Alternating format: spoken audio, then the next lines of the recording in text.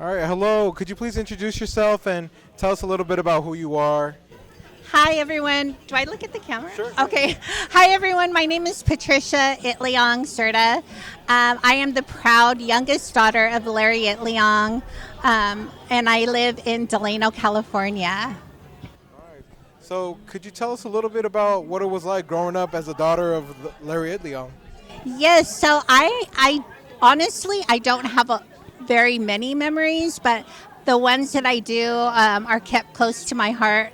I was very young when my father passed away, so the stories and the things that I learn are from people telling me my dad's story. So it's very inspiring to learn something new at community events like such as this. But I do hold close memories of my dad. I know he was a very strong, passionate man who had a desire to help people, and I am inspired by him and hope to be that kind of person. I work at a school, Morningside School here in Delano, and I am the librarian there. It's crazy to know that everything that my dad learned, he self-educated himself. So everything that he taught himself was something that he read in books. So it inspired me to become a librarian.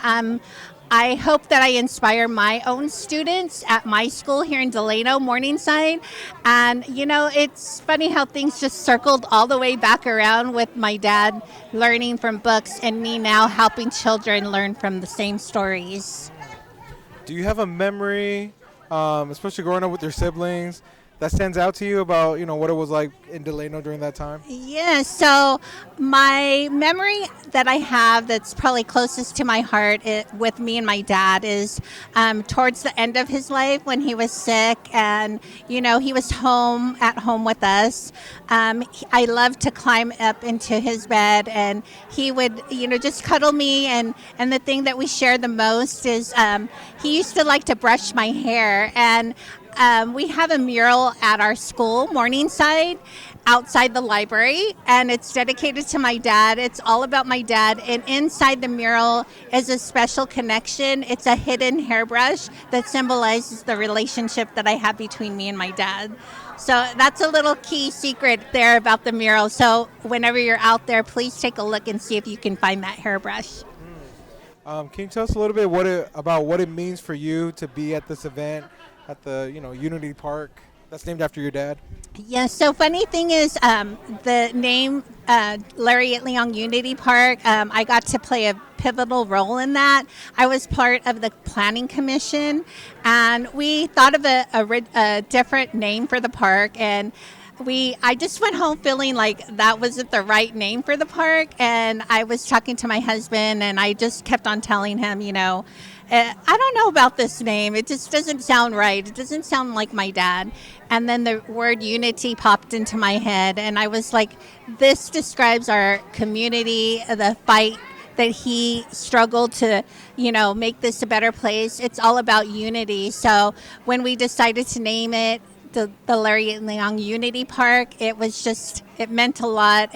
That word unity means a lot. It's not just a word that you can throw around. The word is special and it's used for special things. So today, as I see this beautiful park open and I see all these people of different backgrounds, races, colors, and it just reminds me of the word unity and how important that is. And to be a part of this beautiful park here, I just know that the children, the people, the whole city is excited to have this park here. What do you hope future generations will remember about today's event? So I hope that the future, which is our young people, learn that they have important stories to tell. We all have a story to tell, and I hope that this inspires them to take a stand for their story, to learn about their culture, and I hope that they strive to make a difference in this world just like my dad did. Is there anything else you'd like to share about your story, any memory about, or anything else? I think we covered it. Good? That sounds good. Thank you so much. All right, thank you. Yeah. Thank